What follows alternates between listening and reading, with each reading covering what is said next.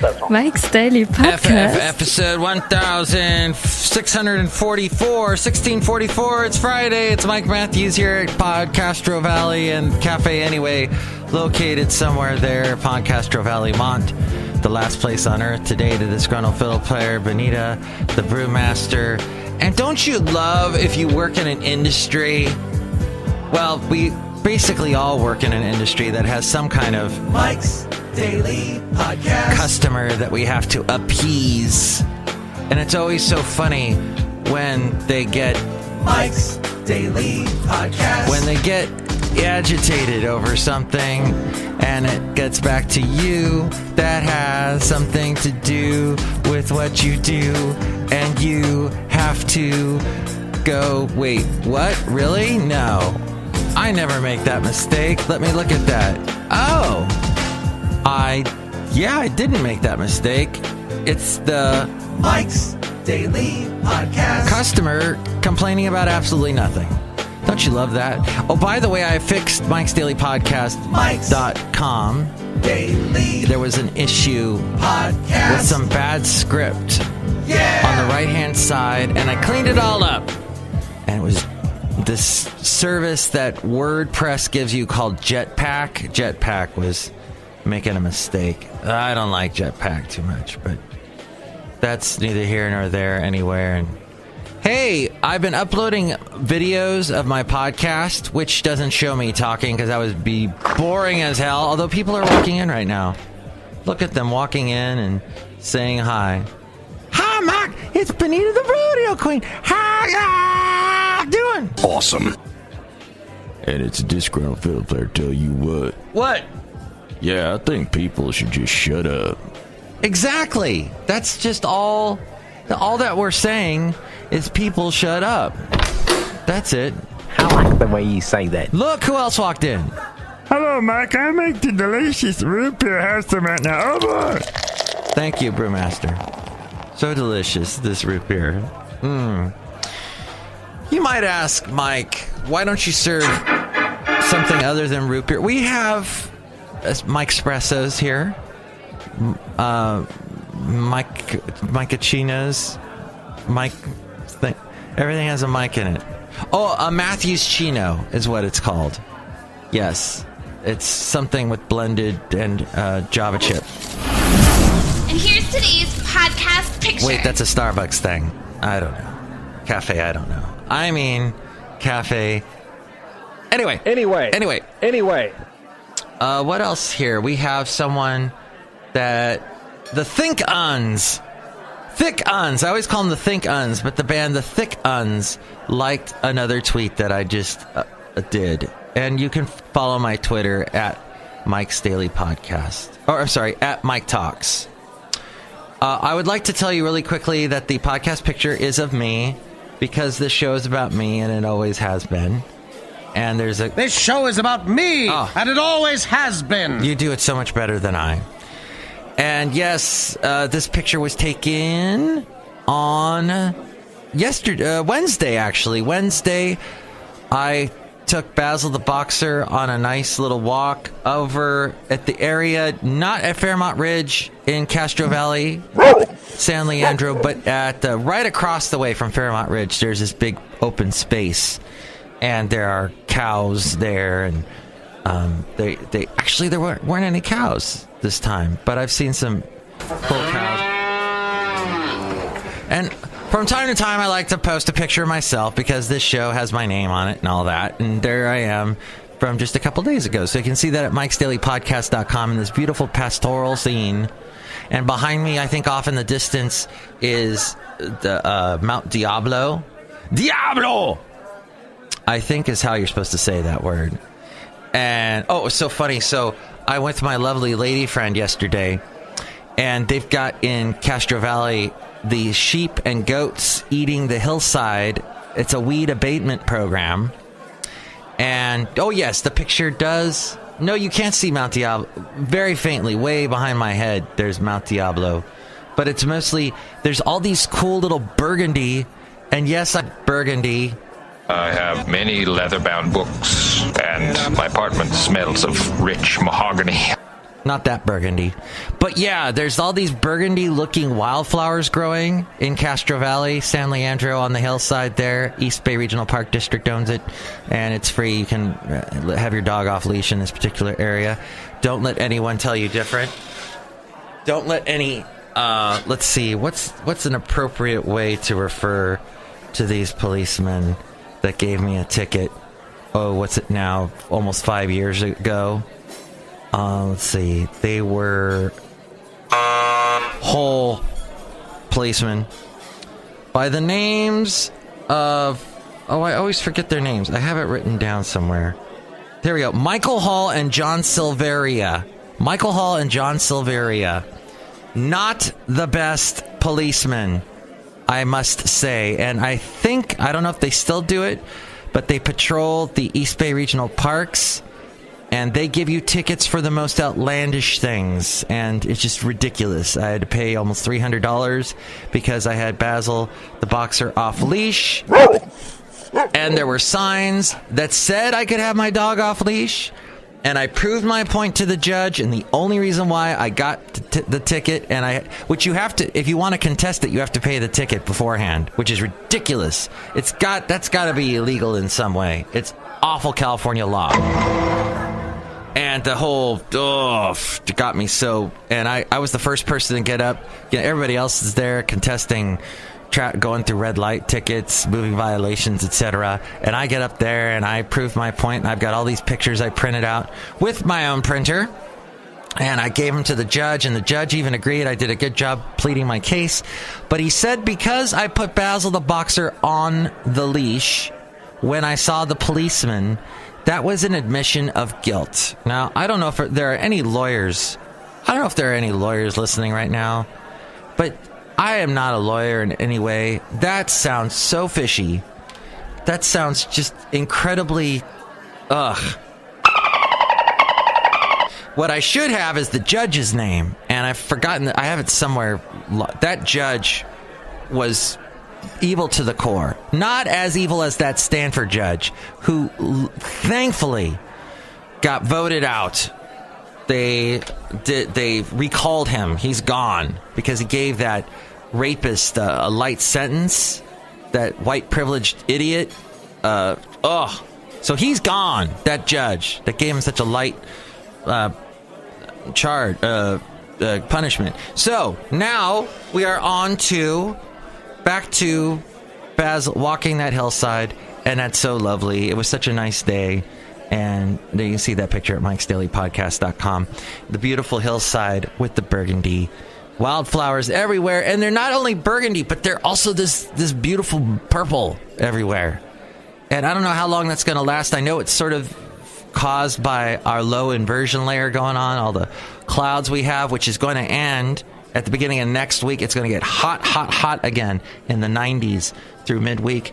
And Greta Bronner is on C-SPAN again. The only woman I ever see on C-SPAN as a news host person. But the point is that my lovely lady friend was talking to the shepherd there who has all the goats and sheep that do the weed abatement in Castro Valley. And he, a very nice guy. I've met him before, but he doesn't speak a whole lot of English. And my lovely lady friend speaks fluent Spanish and was able to speak with him. And I found out that his two dogs that he has, these wonderful border collies, that they are like, one is the grandfather and is teaching the granddaughter all about the ways of how to sheep herd the goats and the sheep. And he says, I'm like seeing them teach each other, or the grandfather teaching the granddaughter. It's amazing. Dogs are amazing. Border Collies particularly smart, those dogs. So the sad news today, if you've probably already heard it by now, but I've got this news. It was breaking news as I was driving into work, that Anthony Bourdain took his life at 61. Let's see, we have... Okay, I don't have... Well, the Hollywood Reporter posted a tweet about it, and mentioned the National Suicide Prevention Hotline, 1-800-273-8255. And he apparently died in a French hotel room, and that the cause was suicide. Rolling Stone mentions that Anthony Bourdain shared his favorite songs from Roxy Music to Marvin Gaye, and I love both those artists a lot, so it's sad. I liked Anthony Bourdain a lot. I watched the No Reservations, the Layover show was great, and then Parts Unknown, and he got to really show his stuff on Parts Unknown and got into some dicey situations. One of them being getting a shave, one of those close razor shaves, somewhere, I forget where he was, in like South America or something. And the guy who was giving him the close shave was very nervous. And Anthony Bourdain is like, oh my gosh, this guy's gonna accidentally slit my throat. He's got this sharp thing. And it was a great scene. Anthony Bourdain survived it. The guy actually admitted to being nervous. And, well, anyway, it's very sad news about Anthony Bourdain. I loved his show. One of my favorites, I was sharing it with my lady friend the other day. Just one of my favorites is when it's on Parts Unknown, when he goes to Ontario, Canada, and he goes to this special restaurant where maple syrup is the absolute is like in every dish, and they bring out all these amazing dishes, and just the food he ate in Canada was just amazing. I watched that show several times, and he goes fishing, ice fishing with some friends, and they're eating wonderfully in this tiny little cabin on the lake, on the ice. So I don't know, maybe there'll be more information as to why he took his own life and why that happened, because that's just befuddling to me. And I'm very saddened to hear that news, because I really enjoyed his stuff. And anytime he talked, fascinating news. I have complained in the past on my podcast about he and other people that show you like delicious destinations, and Andrew Zimmern, about when they go and they eat in these places around the world, they always eat what basically amounts to meat. They never eat any vegetables, and they never seem to eat well. I mean, they eat well, but they're not eating. You can't eat that much protein. They never talk about, we ate a delicious carrot. We had some really good cabbage. It's always, we ate a pig's nose or a cow's heart or some crazy thing. So that's sad news that came out today. Somebody that I work with is not a huge, let's say he doesn't know that much about the world of Avengers and comic books. And he saw the end of that Avengers movie and said, can someone explain the freaking ending to Avengers Infinity War to me, please? To my defense, I haven't seen any of the other Marvel movies with the exception of Wonder Woman and Thor Ragnarok. So I don't know if they tie in with this one. So a friend of his lets him know, and I guess this friend of his used to own a comic book store or something. And he tells him, okay, one of the posts he writes is, sigh, Wonder Woman is not a Marvel character. And then this guy I work with says, yeah, I thought this would pretty much haunt me. And then he's explained to it's very funny, this thread that I read. And oh my gosh, he got so many people to comment. And this one guy tells him, just watch the first Iron Man movie, then get back to me. Pretty sure it's still on Netflix. Watch it all the way through the credits. You will do this with every Marvel movie. And the guy I work with says, so the first Iron Man sets up all the ones that follow up to this one. And he goes, yep, get back to me when you are done, and I'll let you know the next one to watch. You have some catching up to do. And the guy responds, gotcha, damn, I'm going to have to do this when there aren't any sports on, as this sounds like a marathon of movies to watch. And then his friend goes, I kind of envy you. Why so? They're fun movies, not just comic book movies. They're just a lot of fun. And the world building has been pretty cool to watch. Most of us had to wait 10 years for this. Basically what Star Wars was to us, these movies are to the kids these days. And the guy responds, what was the redheaded girl's character's name? Vision's girlfriend. She was my favorite. And if he's talking about Scarlet Witch. Yeah, now you know why she's my fave. Definitely got the acting skills and looks her twin sisters never did. Talking about that's one of the Olsen twins sisters people. Okay, I found it amusing. As I'm reading this now, I'm going, oh, I guess I can't really convey this in the way that it read to me as I was reading it on Facebook, but oh well. Microsoft now has these underwater servers. This blows my mind. They had one off the coast of Central California, and it ran for a couple days. What exactly is the purpose for this? Massive servers underwater. I guess the point being servers get hot and the water cools them down. So hardcore environmentalists might have issues with this, saying, hey, you're warming up the water unnecessarily. You're causing plants and fish to die. I don't know. But the point is, sometimes I think I'm really not that liberal. Especially when I hear from anybody on the show, Young Turks. When any of them talk, I go, oh my God, you cannot be that. That is crazy liberal. First off, why are they called the Young Turks? Is it because of the Rod Stewart song? Young hearts be free tonight. What is the point of that? Young Turks. And then they say things that I thought I was liberal, and then I go, wait a minute.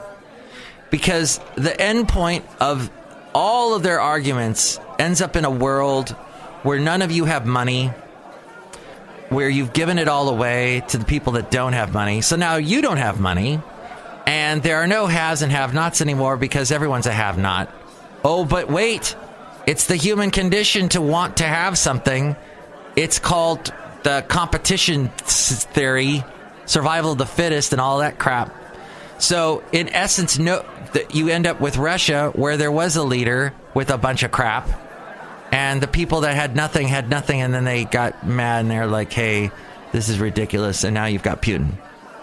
And then you've got our leader who says it's better to get along with Russia than not. I say it's better to get along with Russia than not. So I guess what I'm saying is Young Turks irks me. But whatever, you must love it. Or you might love it. But I do have a liberal, label on this podcast. So maybe you also listen to their podcast.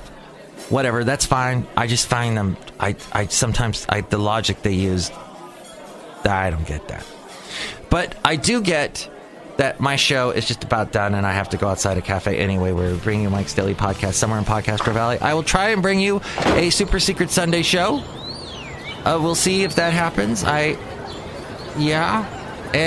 we'll see. I guess McDonald's laid off a bunch of people.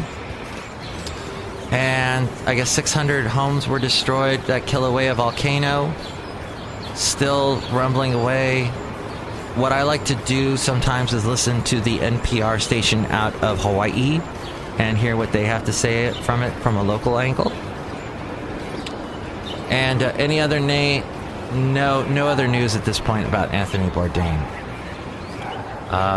And so, okay, 61, very sad. Okay, well, not ending the show on a high point, I'm sorry, but next show we will have Madame Rootabega, Valentino, and Bison Bentley. Oh, the Gradlock. That's good news. Okay, so Gradlock yesterday, virtually non-existent. I couldn't believe it. I told my Google Maps to get me home. And it did it in record time, going up Mission Boulevard, which Mission Boulevard in the middle of the afternoon is usually crazy busy. It usually takes at least 15 minutes longer. No, it was shorter than the freeways. So, there you go. I was very impressed. the grad lock laid off for a day. Although there were all these graduations. I know Castro Valley High School had their big ceremony last night, which was a little too painful for my dog's ears. With all the high-pitched air horns going off. He did not like that. But congratulations to my next-door neighbors, who their twins graduated yesterday. Yay for them. And yay for you if you have any kids that are graduating. High school, college, kindergarten, junior high, whatever. Or to you, maybe you're graduating from night school, whatever. Cafe, whatever. Anyway. Oh, yeah, it's cafe anyway. Anyway. So that was... and there's going to be a bunch of graduation parties over the weekend and more graduation ceremonies, so I celebrate all of you who have graduated. This bud's for you. And now, as I obviously need one last root beer to get me through the end of the podcast outside here of Cafe Anyway. Oh, so frothy. So delicious. Enjoy your weekend. Oh, and happy Father's Day. Oh, wait, that's not this weekend. Okay, that's coming up soon, though. All right, yeah. So, celebrate the grads. Woo, and happy weekend. Mike's Daily Podcast is written and produced and performed by Mike Matthews. His podcast is super easy to find. Download or listen to his show and read his blog at MIKEs-DAILY-PODCAST.com. Email Mike now at MIKEs-DAILY-PODCAST@gmail.com. See you tomorrow. Bye!